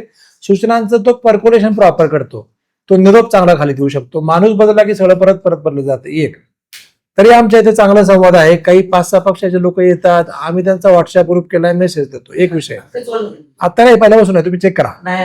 तुमची नावं सांगतो मी तुम्हाला, चेक करा. आता हे नको इथं जोर नको. 1 2 अरे सांगतो तुम्हाला, म्हणजे 2. दुसरा विषय आहे की आता सुद्धा आम्ही जेव्हा हे SIR मॅपिंगचं काम म्हणजे आता चालू केलं, तेव्हा सुद्धा साहेब आमचे राजकीय पक्षांना पत्र होते की ह्या दिवशी आमच्या BLOचं प्रशिक्षण आहे, आपण नियुक्त केलेल्या BLना कृपया प्रशिक्षणाला हजर ठेवावे. माझ्या मतदारसंघामध्ये साहेब 315 BLO आहेत. मी 700 खुर्च्या हॉलमध्ये लावल्या होत्या. 700 खुर्च्या 100% येत नाही मला माहिती. राजकीय पक्षाचा कार्यकर्ता हा आपापल्या सोयीनुसार असतो. 2 पक्षाचे 6 ते 7 कार्यकर्ते ऍज अ BLA म्हणून प्रशिक्षण सुद्धा घेऊन गेले. म्हणजे आता मी वास्तविकता सांगतोय तुम्हाला. तुम्ही माझा रेकॉर्ड, मी इथंच अजून माझ्या पक्षाचा रेकॉर्ड चेक करा, तुम्हाला सापडेल. ते नियोजन केलं की लोकांनी यावं. आमच्या लोकांनी ग्रुपमधले जे पक्षीय प्रतिनिधी त्यांना सांगितलं की उद्या परवा प्रशिक्षण आहे, कृपया BLAला हजर ठेवा. ही कदाचित काय असते, आपल्या भारतीयाच्या थोडीशी अनास्था तयार असते, काय आहे आता गरज आहे का, आता निवडणूक नाही, हा विषय असतो. पण ती आम्ही प्रोसेस ती 100% पूर्ण करतो. रेकॉर्ड किपिंग करता पण साहेब करत नाही. मी तर शहरामध्ये काम करतो, किती शांत डोक्याने काम करते माझं मला माहिती. म्हणजे मी किती काल मी 70 फोन साहेब हे केले, रिसिव्ह केले. किती 70 ह्या कामाकरता फक्त मतदार नोंदणी या विषयाकरता काल मी 70 लोकांशी बोललो. राजकीय पक्षाचे लोक होते, काही मतदार होते, काही आमचे BLO होते, सगळ्या प्रकारे. म्हणजे हा आपलं शांत डोक्याने सर्वांना समन्वयात घेऊन काम करायचे. उदाहरण सांगतो मी, तुमचं इथं आता हे तुमचं सिद्धानंद नगर आहे वाटतं, इथं टाउन हॉल पाशी कुठतरी आहे. तिथं ते व्हॉट्सअपवर एक फोटो, मला वाटलं आता भांडणच होतंय. शेवटी मला तुम्ही व्हिडिओ कॉल लावा. मी दोघांनाही शांत केलं, दोघांमध्ये समन्वय साधला की दोघांनी, राजकीय पक्षाचा कार्यकर्ता आणि आमचा BLO, मग सांगितलं की तुम्ही असं काम करा. आता मला नंतर साहेब 2 तासांनी दोघांचा फोन आला, साहेब बरं झालं तुम्ही सांगितलं, आमचं काम चांगलं झालं. हे अनुभव मी वास्तवातले सांगतोय, असे काही वेगळे अनुभव सांगत नाही. काय होते साहेब, प्रत्येकाला काहीतरी टेन्शन, प्रत्येकाची कामं असतात. तो बोलला अरे की हा म्हणतो मी पण कार्य, असं याच्यात करून कोणी काही उपयोग नाही. समन्वयातनंच आपल्याला जायला लागेल. म्हणजे हे आहे राजकीय पक्षाचं. 2 विषय क्लिअर करतो. दुसरा विषय तुम्ही लेट आले, आम्ही परत सांगतोय, आपण डिजिटल युगाकडे चाललेलो आहोत. ह्या वर तुम्हाला मोबाईल क्रमांक म्हणून आम्ही मागतोय. तुम्ही कुटुंबातल्या एकाचा द्या. भविष्यामध्ये निवडणुकीचे जे निरोप असतात, मतदान ह्या दिवशी आहे, किंवा तुम्हाला तुमच्या कुटुंबातल्या नवीन मुलाचा फॉर्म भरायचा आहे, तर तुम्ही त्या तुमच्या मोबाईलवरनं ऑनलाईन स्वरूपात भरू शकता. त्याच्याकरता आता कुठेतरी फिजिकल फॉर्म शोधण्याची आवश्यकता नाही. म्हणून आम्ही मोबाईल नंबर आग्रहाने मागतोय की किमान घरातल्या एका जाणत्या माणसाचा मोबाईल नंबर. घरात 5 फॉर्म आहेत, 5ही फॉर्मवर एकच मोबाईल नंबर द्या, पण मोबाईल नंबर मात्र द्या. एक विषय. तिसरा विषय, लोक आता वारीत चालू झाली. समजा काही लोक गेले, आता मी स्वतः वारकरी आहे, प्रत्येक कुटुंबातले सगळे लोक काही एका वेळेस वारीला जात नाहीत किंवा एका वेळेस कुठे बाहेर जात नाहीत. आम्ही काय सांगतोय की ह्या ईव्हीएफ वर त्या मतदाराची स्वाक्षरी आवश्यक नाही. आपण पण आपल्या ग्रुपवर टाका राजकीय लोकांच्या, त्या कुटुंबातल्या कोणत्याही प्रौढ सदस्याची सही पाहिजे, मतदाराची नकोय. आता परवा मी तुमच्या तालीम आहे रंकाळ्याच्या तिथे इंद्रजित बोंद्रे त्यांचा कॅम्प होता, तर मी गेलो होतो गंगावेश तालीम. ते एक आजी आली, ती म्हणली मी एकटीच आहे म्हणली मी, हा, आणि विधवा आहे दुर्दैवाने, आजी होती. म्हणलं आता काय ये पण मग साहेब कोणच नाही. मग म्हणले आम्ही तिथं पॅड मागवलं आणि त्या आजीचा अंगठा घेतला. म्हणजे आपला कोणातरी एकाची सही पाहिजे, कुटुंबातल्या पाहिजे. आता तुमच्या कारवार वस्तीत पण ते पहिले आत्ताच केले. हा, म्हणजे याला असं बंधन नाही की तो मतदारच हजर असावा असं आम्ही कोणाही बीएलला किंवा बीएलओ सुद्धा कोणाला सांगत. कुटुंबातला प्रौढ व्यक्तीने सही करायची, लहान मुलांनी सही करणं अपेक्षित आहे. अगदी स्पष्ट माहितीये. आमच्या मतदारसंघामध्ये काय करायचे, आमच्या मतदारसंघात पहिले जरा काम सुरू. आम्ही म्हटलं काय, आमचा प्रत्येक बीएलओ आधार कार्ड कंपल्सरी घ्यायला लागला. आम्ही ते बंद केलं. आधार कार्ड कंपल्सरी नाही, परंतु दिलं तर घ्या. एक आणि दोन, जो ज्येष्ठ व्यक्ती आहे त्याला स्वतःची जन्मदिनांक सांगता येत नाही, त्याने मात्र त्या आधार कार्डचा फोटो द्या. आधार कार्डवर जी दिनांक आहे ती आम्ही त्या यादीमध्ये टाकणार. याच्याकरताच फक्त आपण आधार कार्ड माहितलंय, बाकी कोणालाही आपण जबरदस्ती करीत नाही. आमचं काम म्हणून वाढलं साहेब. आज आम्ही 8 गेलो, ज्याला जन्मतारीख माहिती आहे जो व्यवस्थित सांगू शकतो त्याच्या आधार कार्डची आवश्यक आवश्यकता नाही. काय खरं आहे, समजा मी सांगितलं आता ह्यात एक बीएलओ आहेत, मी सांगितलं की माझी 75, अरे हा माणूस 50चा वाटतोय जन्मतारीख सांगतोय, ते घेतात. सर परवा मी मॅडम पशी पण विषय काढला. आता ह्या निमित्तानं अनेक आम्हाला काय पाहिजे, आता माझी फॅमिली एका बुथला परत क्लिअर येईल का या एसआर मुळे? सांगतो ना, ती सध्या फार शक्यता कमी आहे, पण मी सांगतो क्लिअर करतो तो विषय. ते येतो, ते रिअप्रोप्रिएशनचा विषय आहे, त्याच्यामध्ये थोडंसं आता जरा गडबड होईल, पण मी सांगतो काय करायला लागेल त्याला. अजून दुसरा विषय आपला, मिलिटरीमध्ये काही मुलं आहेत किंवा नोकरी करता काही बाहेर आहेत, कृपया त्यांना सांगा तुझ्या घरच्यांना तो ईएफ फॉर्म भरून द्यायला सांग. तू इथे यावं अशी अपेक्षा नाही, काहीही गरज नाही. मला मी परवाच मी काल याच्यावर पण सांगितलं FM ला की आधी 1-2 मुलं नवीन लग्न झाले, 2 जण आहेत, दोघंही मुंबईला नोकरीला आहेत. सॉरी, हा मुंबईला. तर मला साहेब असं आहे की बीएलओ आलं ते आम्हाला कळलं, शेजाऱ्याने सांगितलं, आम्ही काय करू म्हणलं, काय पा तुम्हाला नाव इथं ठेवायचंय का? हो, तुम्ही तुमच्या शेजाऱ्याकडे माझा बीएलओ ते ईएफ फॉर्म देईल, तुम्ही ते मागून घ्या तुमच्याकडं आणि परत तुम्ही ते भरून पोस्टाने पाठवा. त्या शेजाऱ्याला द्यायला सांगा. आम्हाला काय तुम्ही व्यक्तिगत यावा अशी आमची अपेक्षा नाही. आम्हाला फक्त ईएफ फॉर्म योग्य प्रकारे पाहिजे. असे सगळे पर्याय त्याच्यामध्ये, काही अडचण नाही. तर राहिला विषय तुमचा रिअप्रोप्रिएशन, तो या त्याच्यात कव्हर करतो. आता शहरी भागामध्ये आम्हाला काही ठिकाणी स्पेशली झोपडपट्टी भागात प्रॉब्लेम आहे साहेब. माझं या मतदार केंद्रात आहे, मिसेस तिकडे आहे. आता सरसकट तरी रिअप्रोप्रिएशन होणार नाही साहेब याच्यात, परंतु ही यादी प्रसिद्ध झाली की लगेच तुम्ही ह्या लोकांचे 8 नंबरचे फॉर्म भरून घ्या. पण आपल्या कोल्हापूर शहरामध्ये किंवा जिल्ह्यामध्ये इथं नगरपालिकांच्या कुठल्या निवडणुका किंवा महानगरपालिकेच्या निवडणुका नाहीत.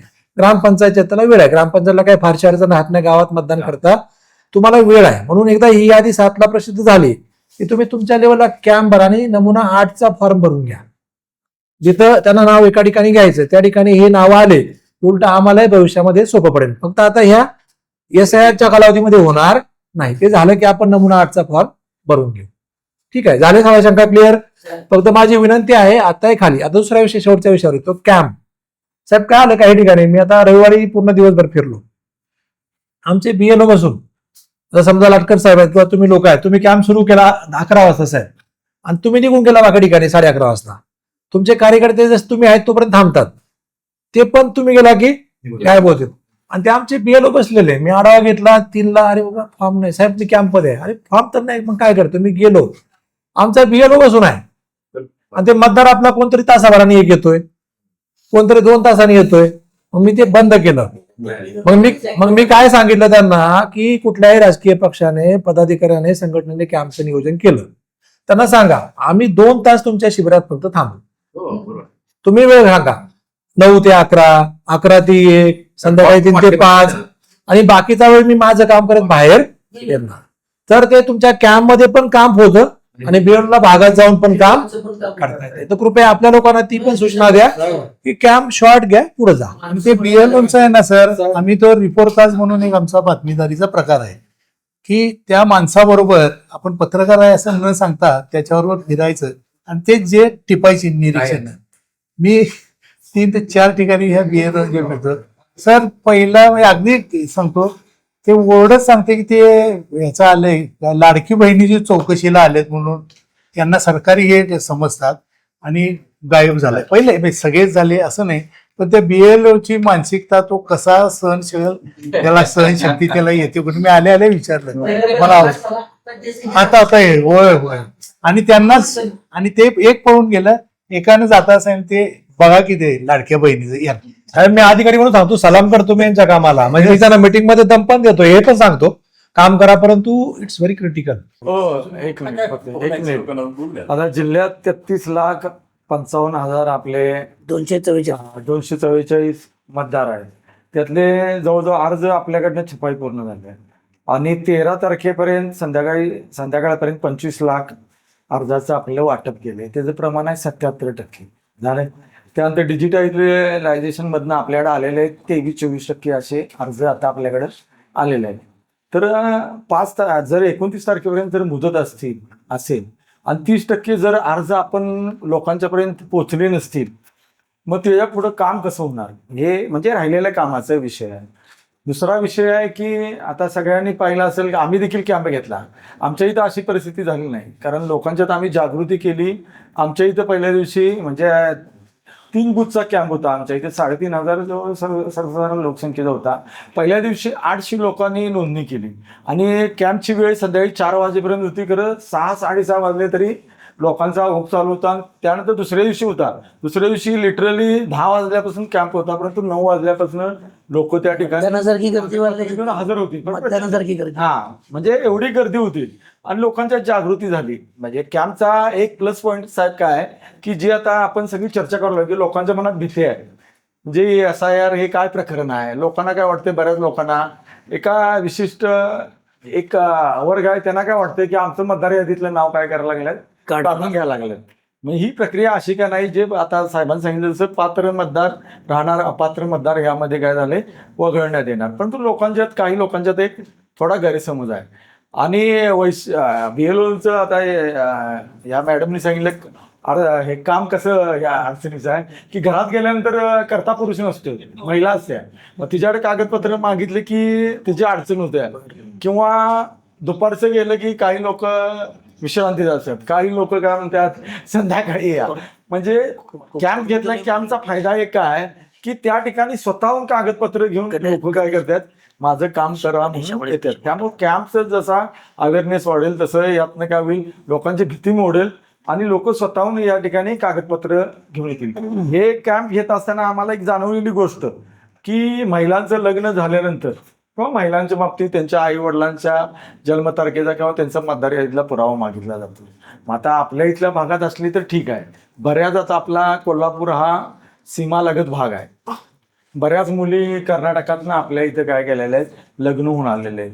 मग त्यांच्या आई वडिलांचं कर्नाटकातलं, मग आपल्याकडं अशी आपण कुठली लिंक दिली आहे बाबा, तिचं नाव सांगितल्यानंतर त्यांच्या वडिलाचं नाव सांगितल्यानंतर आता आमच्या कार्यकर्त्याने एक निवडणूक आयोगाची लिंक घेतली होती. आम्ही प्रत्येक ठिकाणी कॅम्प घेताना जरी तुमचे BLO असले ते आमचे 2 कार्यकर्ते एक कॉम्प्युटराइज निवडणूक आयोगाच्या साईट घेऊन बसवल्या होत्या. त्यात आमच्या कार्यकर्त्याने एक हुडकून काढली साईट, त्यामुळे कर्नाटकातलं नाव देखील त्यांचं जरी टाकलं तर त्याचे आई वडिलांचं नाव किंवा त्याच्या मतदार यादीतलं नाव मिळत होतं. तर अशी देखील आपला भाग हा सीमालगत असल्यामुळं त्याची देखील आपण काहीतरी पूर्तता केली पाहिजे.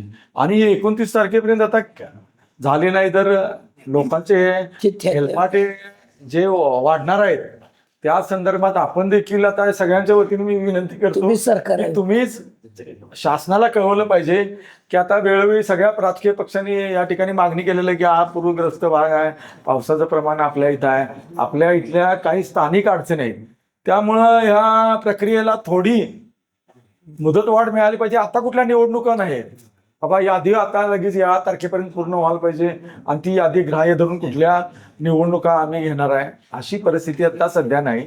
त्यामुळं एक थोडी प्रक्रिया लांबली तरी चालते. परवा आपली इथे सण उत्सव आहे, meetingला मॅडमने गणपती आला, दिवाळी आली, वर प्रोसिडिंग त्यामुळे ही टप्प्याटप्प्याने समजा आता 60% झाले तर 60%ची यादी व्हावी आणि पुढची यादी पुरवणी झाली म्हणून ती चालू प्रक्रिया चालू आहे. त्यांच्या पर्यायी की जे शिल्लक फॉर्म आहेत ना, आमच्याचं डेली प्लॅनिंग आहे. सर्वात कमी माझं आहे, मी अगदी सांगतो, कारण हा मोठा शहरी भाग आहे. माझं आता वाटप झालेलं आहे 60%, 40% शिल्लक आहे. आम्ही डेली प्लॅनिंग करतो. आता माझं काल दिवसभरामध्ये वाटप आहे 14,000. आज माझं प्लॅनिंग आहे 16,000चं. म्हणजे मी 10 दिवसामध्ये बरोबर माझं वाटप संपवते. मला दिवस शिल्लक आहेत 15. म्हणजे ते काय आम्ही पण आणि त्या पद्धतीने फिजिकली आम्ही यांना मेसेज टाकतो की तुम्ही एवढं काम तुमचं संपवायला पाहिजे. म्हणजे मी 14,000 ॲव्हरेज जरी गेलो तरी माझे 1,40,000 शिल्लक आहे. 10 दिवसात संपवतो. आज तारीख आहे 14. 24ला महत्तम माझं, पण प्लॅनिंग आहे माझं 20 पर्यंत. ते 20ला माझ्या मतदारसंघातले 100% फॉर्म वाटप व्हावे. जे योग्य आहे, जे नाही त्यांना आम्ही सांगणार की ऍबसेंट मार्क करणार. तो विषय संपला. कारण शहरामध्ये माझे एक्सपेक्टेशन आहे 75% मतदार मला सापडतील, 25% काय मतदार मला सापडणार नाही. एक विषय तसंच सेम आहे, उलटा आहे. तुमचा मुद्दा मान्य आहे. शहरी भागात निवडणूक लढवताना तुम्हाला आम्ही राजकीय प्रतिनिधी सांगू, आता आमची वॉर्डाची यादी असते 6,500, 6,000, 7,000ची, पण मतदान कधीच 4,500, 4,500 हायेस्ट, आणि ती बाकीचे मतदार सापडत पण नाहीत. आम्ही घर टू घर फिरून एवढे ते कसे येतात आणि काय वाढते काय करत. आता हा मतदारसंघ आहे, यावर्षी पहिल्यांदा झालाय स्थापन 9 साली. पण या वर्षी पहिल्यांदा विधानसभेला सर्वात जास्त मतदान झाले, 71%. मीच होतो आता, त्याला पण आरोप मीच होतो पहिल्यांदा. तरी आम्ही 75% मतदार आम्हाला सापडते. जास्त सापडले वेलकम, आमचं काम करता येतं लोकांना. 90% सापडले आम्हाला काय प्रॉब्लेम आहे. पात्र मतदार 90% सापडले, पुढे आले, कॅम्प म्हणून आले, आम्ही ते 100% घेणार. पण तसं आमचं प्लॅनिंग आहे. म्हणजे वाटप आमचं 20 ते 22 पर्यंत होणार. पुढचे 7 दिवस आमचे काही लोक शिल्लक फॉर्म गोळा करणार आणि बरोबर 29ला आपण त्या ॲव्हरेज पर्यंत 100% साहेब जातो. आता काल दिवसभरामध्ये माझे 9,900 फॉर्म डिजिटाईज झाले, म्हणजे 10,000 फॉर्म. तर त्यावेळेस मी गेलो, मला अजून पुढचे दिवस शिल्लक आहेत 15 गुणले 10, म्हणजे अंदाजे माझे आता आज मी 12,000चं प्लॅनिंग केलं या लोकांना. म्हणजे तो पुढे 12,000 फॉर्म माझे डिजिटाईज होणार. ते होतात बरोबर. लोक आता पुशअप मध्ये, जसे तुमचे लोक पण आता शेवट आले त्या 12,000 केलं तरी माझे पुढचे 12 आणि पुढचे 13 दिवस काम केलं तरी माझे बरोबर झाले 60,000. प्रॉपरली ते आपण रोटेशन पर्यंत पोहोचतोय. आता राहिला विषय दूर करतो ज्या त्या दिवशी होतात ना. अर्ज घेऊन गेलाय. तुम्हाला मी आता थोडा विषय सांगतो. याच्यामध्ये फक्त बीएलओ नाही, आता माझे ह्या बीएलओ सोबत पर्यवेक्षक आहेत एक. त्यांच्या मागे माझी आत्ताच्या ओपन लोकांची मी एक स्टँडर्ड टीम नेमली डिजिटायझेशन करता. ज्या बीएलओकडे जास्त अर्ज आहेत ते माझ्या ऑफिसला येतात, त्या ठिकाणी टीम ते डिजिटाईज करते सेम डेला एक. आता याच्यानंतर आता अजून माझी 30 लोकांची टीम तयार झाली आहे. ही ऍक्च्युली फार तुम्हाला फक्त 6 नंबर फॉर्म देण्यापुरतं सोपं वाटतं. हे फार मोठं म्हणजे बाळण पण फार मोठं अवघड आहे. याचं ही वेगळी टीम आहे. म्हणजे बीएलओने एक फॉर्म घेतला, तो डिजिटाईज केला, सिस्टीम मध्ये गेला, पण तो बरोबर आहे की नाही हे वेगळी टीम पाहणार आहे. आणि जर त्या टीमला पाहताना कळलं की फॉर्म चुकला तर ती परत बॅक करणार आहे. डायरेक्ट तो एनरोल होणार नाही, परत तो त्यात करेक्शन होतील आणि परत हे येणार. याच्याकरता आयोगाने मॅडमने थोडंसं 3 टप्प्यात आहे. आता 29 जुलैला फॉर्म घेणं, 5 ऑगस्टला यादी पब्लिश होईल. 5 नंतर काही लोकांच्या आमच्या सुनावण्या, काही लोक आक्षेप पण घेतील. समजा खिलारीचं नाव आले, लाडकर साहेब म्हणतील खिलारी चुकीचं आहे, याचं नाव तुम्ही कमी करा. त्या आक्षेप त्या यादीवर घेऊ शकतात. ह्या याद्या प्रसिद्ध होतील.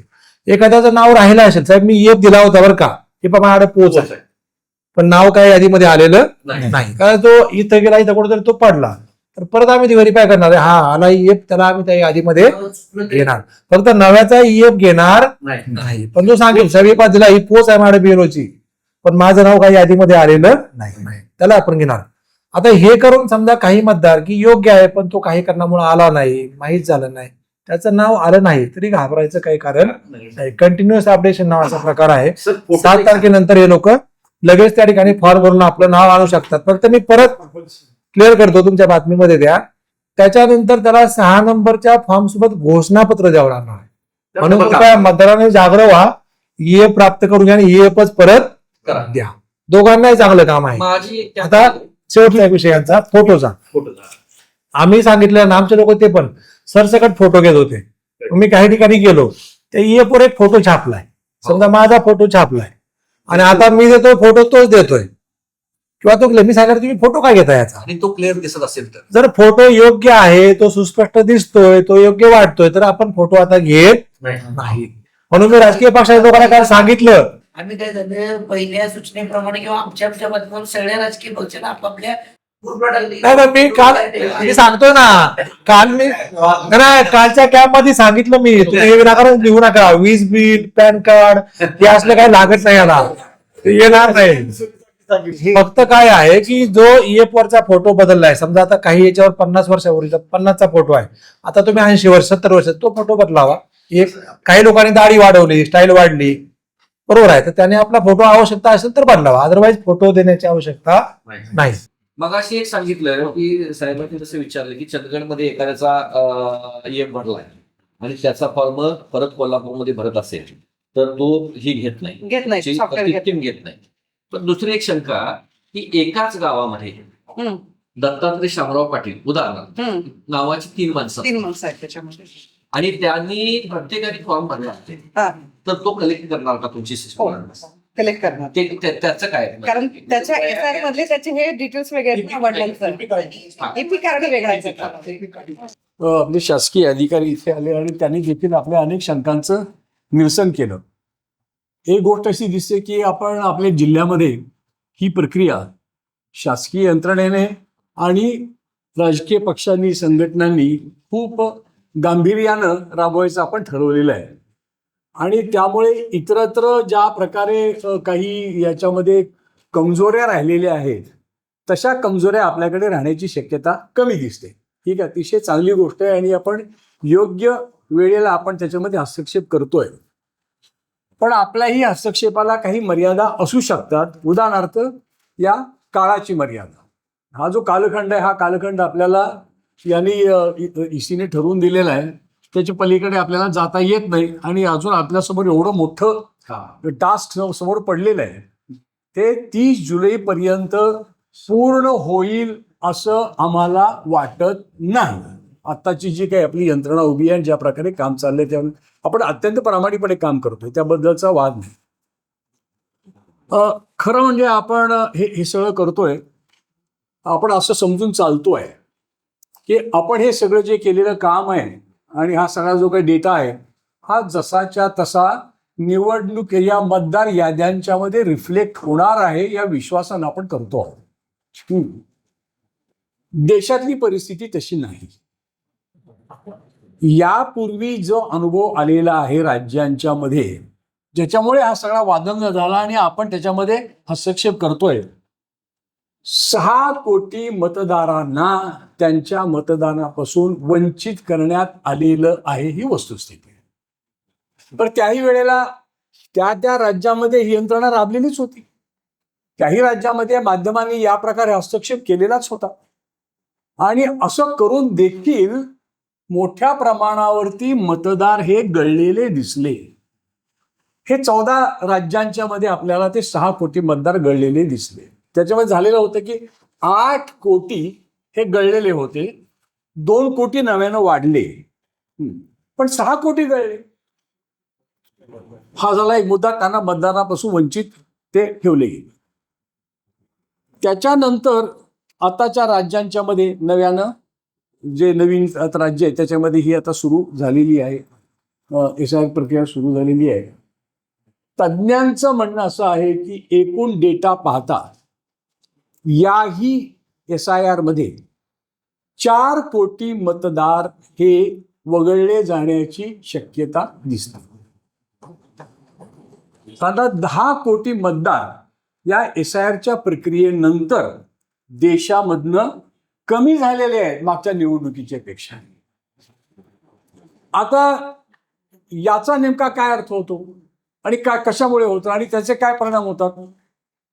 त्याचे परिणाम आपण असं बघितलेलं आहे की आधीचा जो डेटा आहे त्याच्यावर तसंच होईल असं नाही, पण ते होणार नाही असं आपल्याला गृहीतही धरता येणार नाही. उदाहरणार्थ उत्तर प्रदेशमध्ये महिलांचं जे प्रमाण आहे ते मतदारांचं प्रमाण हे 1000 पुरुषांच्या पाठीमागे 920 असं प्रमाण होतं. प्रत्यक्षामध्ये 834 कडे महिला आल्या तर महिला गळाल्या. म्हणजे हा महिलांचा सेक्शन असेल किंवा मगाशी कोणीतरी म्हटली काही लोकांच्या मनामध्ये शंका आहे की आमचे नाव गळतील का. बऱ्याच ठिकाणी असं दिसलं की काही समाज विभागांची नावं मोठ्या प्रमाणावरती मतदार यादीमधून गळलेली आहे, ही वस्तुस्थिती आहे आणि त्यांना मतदानाला जाऊ दिलेलं नाही यंत्रणेच्या या सगळ्या वापरामधून. ही दुसरी गोष्ट आहे. म्हणजे आपण लोकशाही ही विस्तारायला निघालेले आहोत का SIRच्या माध्यमातून ECI लोकशाहीचं संकोच करायला लागलेली आहे. हा मुद्दा आपल्याही जिल्ह्यामध्ये येईल का हे आपल्याला पाहायला पाहिजे. ही दुसरी गोष्ट. तिसरी गोष्ट, ज्या गोष्टीबद्दल मी खुलासा मागितलेला होता सुरुवातीला, त्याकडे आपण दुर्लक्ष करतो आहोत. तो अतिशय व्यापक मुद्दा आहे. यापूर्वी निवडणुकीमध्ये भारतामध्ये जो राहणारा माणूस आहे त्या राहणाऱ्या माणसाला मतदारामध्ये आपलं मतदार म्हणून नाव नोंदवण्याचा त्याला अधिकार होता. यावेळेला इलेक्शन कमिशननं नागरिक कोण हे ठरवण्याचा अधिकार स्वतःकडे घेतलेला आहे. आणि आता इलेक्शन कमिशन सांगणार हा नागरिक आहे का नाही, हा त्यांना अधिकार कुणी दिला. नागरिक ठरवण्याचा अधिकार हा गृह मंत्रालयाचा आहे, हा इलेक्शन कमिशनचा नाही. आणि हे आता ठरवणार. आणि मतदार आहे की नाही याच्यावरती जर नागरिकत्व ठरणार असेल तर त्याच्यामुळे फार मोठे गोंधळ होण्याची शक्यता आहे. आणि अनेक आता त्यानंतर घडलेल्या गोष्टी आहेत. उदाहरणार्थ आपल्याला माहिती आहे डेलीचे टेलिग्राफचे संपादक जे होते ते, त्यांचं नाव मतदार यादीमधून गळाल्यामुळे कुठल्या त्याने कारणाने असेल, माझं 2002 यादीमध्ये माझं नाव नाही. आणि आपले BLO चांगलं काम करतात. खिलारी साहेब, तुमच्या BLOनं आपली प्रक्रिया सुरू झाल्या मला फोन केला आणि सांगितलं सर तुमचं मॅपिंगच झालेलं नाहीये. कारण 2024 मध्ये माझं नाव आहे, 2002 मध्ये मी स्थलांतरित होतो. आणि तर मी स्थलांतरित असल्याने माझं नाव कुठल्याच यादीमध्ये नव्हतं त्या मधल्या कालखंडामध्ये. आता स्थलांतर मोठ्या प्रमाणावर वाढलेलं आहे. मी तुम्हाला सांगतो, मराठवाड्यातनं आत्ताच्या या कालखंडामध्ये मोठ्या प्रमाणावरती स्थलांतर झालेलं आहे. आणि असे सगळे जे वीकर सेक्शन्स आहेत त्या वीकर सेक्शनची देखील नावं याच्यामध्ये येण्याची शक्यता खूप कमी आहे. मुख्यतः आता मुद्दा असा झालेला आहे तो म्हणजे असा की त्या डेली टेलिग्राफचे जे संपादक होते त्यांना पासपोर्ट नाकारण्यात आला, रिन्युअल करण्याचं नाकारण्यात आलं. पोलिसांनी त्यांना रिपोर्ट काय दिला, मतदार यादीमध्ये नाव नाही म्हणून यांना पासपोर्ट देता येणार नाही. हे टेलिग्राफचे संपादक होते. आणि नंतर त्यांना कित्येक दिवस आपलं नागरिकत्व सिद्ध करण्यासाठी त्यांना धडपडावं लागलं. आता गोष्ट अशी यातनं या SIR मधनं अशी झालेली आहे, मी देशाचा नागरिक आहे हे माझा इथे जन्म झाल्यापासून ठरलेलं आहे यापूर्वी.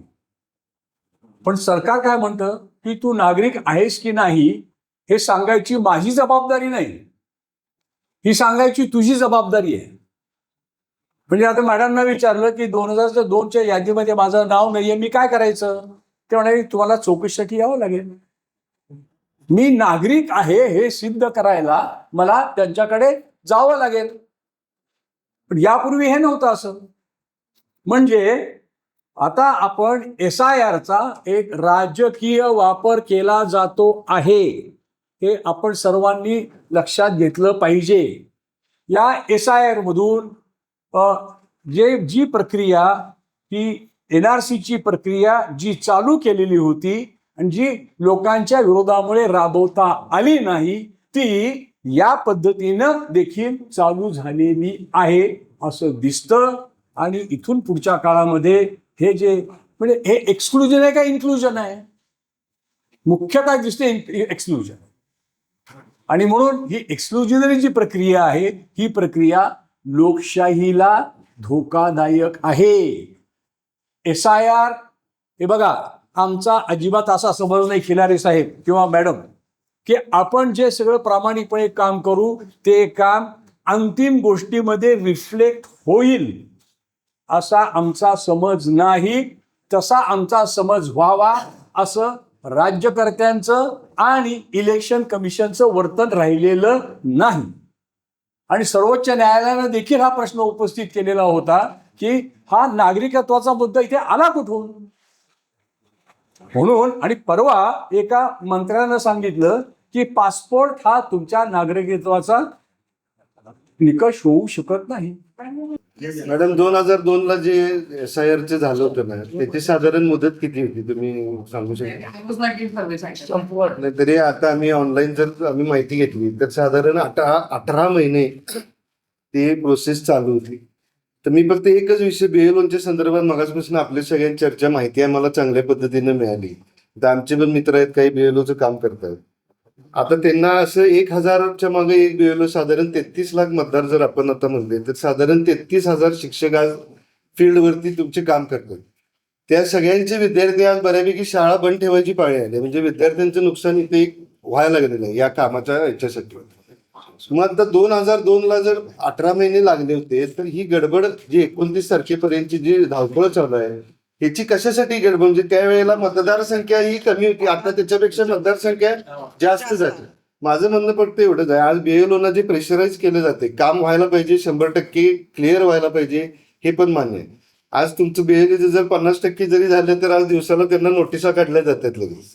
अशा आम्ही माहिती घेतलेली आहे. रोज 100 माणसांना तुम्ही भेटलंच पाहिजे. आज मॅडम मी माझं शिवाजीपेठेत घर आहे आमचं एकत्र कुटुंब होतं. आज आम्ही सगळी मुलं वेगवेगळ्या ठिकाणी झालेलो. आमच्या कुणाचाही BLOचा फोन आलेला नाही. त्रियस्थ माणसांच्याकडनं मला फोन आला की ते बाबा करून घ्या नाही तर तुमची नावं कमी होणार. मग आता 2002ला पण ज्यांनी मतदान केले माझा प्रश्न असा आहे त्यांचं जर आज कोण भेटला नाही बाहेर गेलाय तर त्यानं मतदान ह्याच्या आधी केले पण तो फक्त भेटला नाही किंवा आला नाही किंवा तुमच्या BLOनं रिपोर्ट दिला नाही तर तुम्ही त्याचं मतदानाचा हक्क तुम्ही काढून घेणार आहे का? मुदतीचा मॅडम प्रश्न आहे. 33 लाख मतदारांचं तुम्हाला मॅपिंग करायचं आहे. आज त्याच्या पाठीमागे एवढे आज पेपरला याला पेपरला आलेलं आहे की एका SIRच्या ह्याच्यात शिक्षकांनी आत्महत्येचा प्रयत्न केला. मग एवढं प्रेशराईज करून जर हिने चुकीची माहिती दिली समजा चुकीची म्हणजे मला प्रेशर आहे माझं काम आज माझं टार्गेट मला पूर्ण करायचं आहे आणि तो भेटला नाही म्हणून त्यांनी जर सांगितलं तर तुम्ही त्याच्या आधारे नाव मतदानाचा हक्क कोणाचा हिरावून जाऊ नये ही आमची भूमिका आहे. प्रेशराईज एवढं पण करू नका की त्यांनी माझं टार्गेट संपवण्यासाठी मी बाबा हे माझं दिलेलं आहे असं कुठं होता का मला नाही. SIRचं काम जे चालू आहे ते आमच्या ग्रामीण भागात फार व्यवस्थितरित्या चालू आहे. आणि साहेब जे म्हणले आमचं नाव कमी करायचं आहे का वगैरे वगैरे असं काहीच त्यात जाऊ दे. 1 महिन्याभरात तुम्ही भेटू शकत नाही असं होऊ शकत नाही. बाहेर असले नाही ठीक आहे. आणि सगळ्यात महत्वाचं म्हणजे केदारी साहेबांनी मगाशी स्पष्ट सांगितलं की घरातला एखादा माणूस जरी भेटला आणि त्यांना काय प्रत्येकानं फोटो द्यायलाच पाहिजे कंपल्शन नाही. आधार कार्ड द्यायला पाहिजे असं कंपल्शन नाही. होण्यासारखे नाही आहे आणि कुणी त्यामध्ये घरच्या पक्षानं त्यामध्ये सही केली. त्याच्यामध्ये सांगायचं आहे की हा जो फीडबॅक जो आहे जो प्रशासकीय स्तरावरनं पण जातोय तिथे म्हणजे तुम्हाला असं वाटतंय का की हे प्रेशराईज करून केलं जाते? कारण पाऊस सुरू आहे तिथे ह्या सगळ्या गोष्टींचा आढावा घेण्यासाठी आता आज जिल्हाधिकारी महोदय आता बैठकीसाठी गेलेलेच आहे तिथे. कारण आपली परिस्थिती खूप चांगली आहे म्हणजे तुलनेला खूप चांगली आहे त्याच्यामध्ये. पण आता पुणे मुंबई आणि ठाणे पालघर हा जो भाग बघितला तर तिथे डिस्ट्रीब्युशन सुद्धा 20% कमी आहे. त्याच्यामुळे तिथल्या अडचणी काय आहे त्याचा सगळ्याचा डेटा गोळा करायचं काम चाललेलं आहे तिथे. म्हणजे असं कुठं नाही की तुम्ही 1 महिन्यामध्ये का करायचं. आता मागचं SIR जे आहे तर 18 महिने चालले. I was not in that service at the time. 2002ला मी सर्व्हिसमध्ये पण नव्हते सर होते त्यावेळेस. इथे ही BLO ही जी यंत्रणा आहे ना ही 2008 मध्ये पहिल्यांदा इंट्रोड्यूस झालेली आहे. आता मी जवळजवळ 2008 पासून ते 26 पर्यंत साधारणतः 4 ते 5 इलेक्शन्स मी केलेले आहेत पंचवार्षिक. तर प्रत्येक मीटिंगमध्ये त्यावेळेस आम्ही सांगतो की BLA नेमा त्याच्यामध्ये. कारण सगळ्यात महत्वाचं एक लक्षात घ्या भारताची लोकशाहीचा सगळ्यात महत्वाचा जो पाया आहे तो मतदार यादी आहे. आणि मतदार यादी बनवणं असेल किंवा त्याचं अपडेशन असेल याच्यामध्ये ह्या यंत्रणेपेक्षा म्हणजे BLO ह्या यंत्रणेच्या इतपतच महत्व आहे BLNचं पण आहे म्हणजे राजकीय पक्षांचं आहे. आम्ही काम कसं करतोय ह्याच्याकडे लक्ष देण्यासाठी तुम्ही आहात तिथे. आमच्या काही चुका होत असेल तुम्हाला काही सजेशन द्यायचं असेल आमचं करण्यासाठी काय आवश्यक असेल तर तितकं तुम्ही हे दिलं पाहिजे. आणि सगळ्यात महत्वाचं नागरिकांनी देखील जागरूक राहिलं पाहिजे. आपलं नाव मतदार यादीमध्ये आहे की नाही हे. शेवटी कसं आहे माहितीये का, ही प्रत्येकाची जबाबदारी आहे. सरकारी काम म्हणून काय तुम्ही फक्त बीएलओने करायला पाहिजे, ERO ने केलं पाहिजे असं काही नाहीये. बऱ्याचदा काय होतं की इलेक्शन आल्यानंतर बरेचसे राजकीय पक्ष जागे होतात. म्हणजे मी पर्टिक्युलरली एका पक्षाचं नाव घेत नाही त्याच्यामध्ये, पण मतदार यादी ही निरंतर, मतदार यादीचं अपडेशन हे निरंतर चाललेली प्रक्रिया आहे. त्याच्यामुळे त्या प्रक्रियेकडे देखील तितक्याच गांभीर्याने प्रत्येक राजकीय पक्षानं बघावं त्याच्यामध्ये. ही खरं तर आमची देखील प्रशासनाची त्यामध्ये हे आहेत ते, कारण आम्हालाही बिलकुल आवडत नाही त्याच्यामध्ये की आमची केलेल्या कामावर जर कोणी आक्षेप घेत असेल तर आम्हालाही नाही. कारण जर लोकशाही टिकवायची असेल तर ही मतदार यादी व्यवस्थित राहिली पाहिजे. आणि आम्ही कुठल्या स्तंभामध्ये येत नाहीत, लोकशाहीच्या 4 स्तंभामध्ये आम्ही कुठंच येत नाही. पण शेवटी लक्षात घ्या, तो कासव आहे ज्याच्या पाठीवर ही केलेली आहे. त्याच्यामुळे आमच्या कामावर सुद्धा लक्ष द्यायचं असलं पाहिजे. सर्वप्रथम मी तरुण भारतचं आभार व्यक्त करतो, कारण सामाजिक प्रक्रियेमध्ये येणाऱ्या अडचणीवर चर्चा होणं हे गरजेचं होतं. SRI बाबतची भूमिका आज आपण पक्ष, सरकारी यंत्रणा, वृत्तपत्र हातात घालून काम करून महाराष्ट्राचं काम हे अतिशय चांगलं व्हावं ही भूमिका आज या ठिकाणी सगळ्याच पक्षाच्या नेते लोकांनी या ठिकाणी घेतलेल्या आहेत आणि दोन्ही अधिकाऱ्यांनी सुद्धा घेतल्या. चव्हाण असतील, खिलारे मॅडम असतील किंवा खिलारे सर असतील आणि मॅडम असतील. तर माझं एवढंच म्हणणं आहे की प्रक्रिया वाढवायची किंवा नाही वाढवायची हा नंतरचा भाग आहे, परंतु सामाजिक बांधिलकी ही आमची असली पाहिजे. आणि जितकं म्हणून 29 तारखेपर्यंत जास्तीत जास्त पक्षाच्या पातळीवर हे प्रबोधन केलं जाईल आणि आजच्या बैठकीमुळं निश्चितपणानं समाजाला दिशा मिळेल. धन्यवाद. हे काय आपलं म्हणजे चर्चात्मक कार्यक्रम होता, परंतु मी काय निवडणूक आयोगाचा प्रतिनिधी नाही, परंतु नारकर साहेबांनी जे मुद्दे उपस्थित केले फक्त मी 2 मिनिटात सांगतो. 2002 साली मागची प्रक्रिया झाली होती, आता 2026 साल आहे. या 24 वर्षाच्या काळात काही दुबार नावं आलीत, काही स्थलांतरित झालेत आणि काही मयत लोक झाले असतील. मग देश पातळीवर जर विचार केला तर 4 कोटी ही संख्या 22 वर्षातली. मग ते काय विषय असेल तो निवडणूक आयोगाचा असेल, याचा असेल. त्यामुळे कदाचित ही मतदारसंख्या कमी झाली असतील आणि नव्यानं नावं वाढली असतील. मी काय निवडणूक आयोगाचा प्रतिनिधी नाही, परंतु हे देखील, ह्या गोष्टी देखील आपण लक्षात घेतल्या पाहिजेत. आणि दुसरं, आता आम्ही शिवसेनेच्या वतीनं 315 BLA एजंट नेमलेले आहेत. त्याचबरोबर प्रत्येक प्रभागात आमचे एजंट सगळे फिरत आहेत.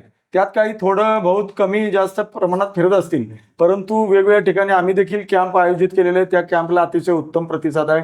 आणि आता शहरात साहेबांनी सांगितलं की थोडंसं जरासं मागं असल्यासारखं वाटतंय, किंवा जी प्रोसिजर चालू आहे यामध्ये जास्तीत जास्त लक्ष घालून 100% 29 तारखेपर्यंत या ठिकाणी शहरातलं काम पूर्ण होण्यासाठी आम्ही ते फक्त काय झालंय, भौगोलिक रचना कोल्हापूरची बदलली. ज्यानं प्लॉट पाडलेत ना त्याच्या नावानं नगर निघाले, त्याच्या शेजाऱ्यालाही माहित नाही. मी त्यांच्यावर फिरतोय.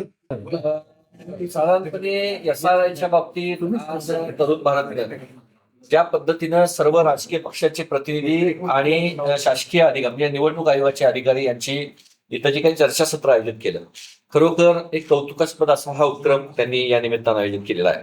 आता मगापासून निवडणूक आयोगाच्या वतीनं मॅडम असतील किंवा खिलारे सर असतील, या दोघांनी आपल्याला निवडणूक आयोगाच्या वतीनं काय चाललं हे सगळ्यांनी सांगितलं. अनेक लोकांनी आपल्या शंका कुशंका आपल्या राजकीय प्रतिनिधींनी या ठिकाणी या निमित्तानं मांडल्या. तर BLA 2 नेमण्याच्या प्रक्रियेमध्ये आपण सगळ्याच राजकीय पक्षांनी जर चांगल्या पद्धतीनं त्यामध्ये हे केलं, मदत करायचं ठरवलं, तर यामध्ये कुणाच्या मनामध्ये शंका राहणार नाहीत किंवा कुणाच्या मनामध्ये अशा काही शंकेची पाल चुकणार नाही. भारतीय जनता पार्टीचा म्हणून विचार करायचा झाला तर साधारणपणे एकूण कोल्हापूर जिल्ह्यामध्ये 3452 एकूण बूथ आहे. त्यापैकी साधारणपणे 3414च्या आसपास भारतीय जनता पार्टीनं BLA 2च्या नेमणुका केलेल्या आहेत. ही मंडळी मगाशी खिलारी सरांनी सांगितल्याप्रमाणे सगळेच 100% काम करतात अशातला काही भाग नाही. आमच्यातही काही शॉर्टफॉल राहू शकतात. आपल्या सगळ्या राजकीय पक्षांमध्ये जसं लाटकर साहेब म्हटले की प्रत्येकाला आपला संसार, आपलं काम, आपली नोकरी, आपला कुटुंब कबिला सांभाळत हे काम करायचं आहे. त्यामुळे अशा सगळ्या प्रक्रियेमध्ये जेवढं शक्य होईल तेवढं आपण सगळ्या राजकीय पक्षांनी या यंत्रणेला मदत करायला लागलो तर हे काम निश्चितपणानं विहित वेळेत पूर्ण करण्यासाठी मदत होईल. तरुण भारतनं हा उपक्रम आयोजित केला त्याबद्दल सर्वांचे मनापासून आभार.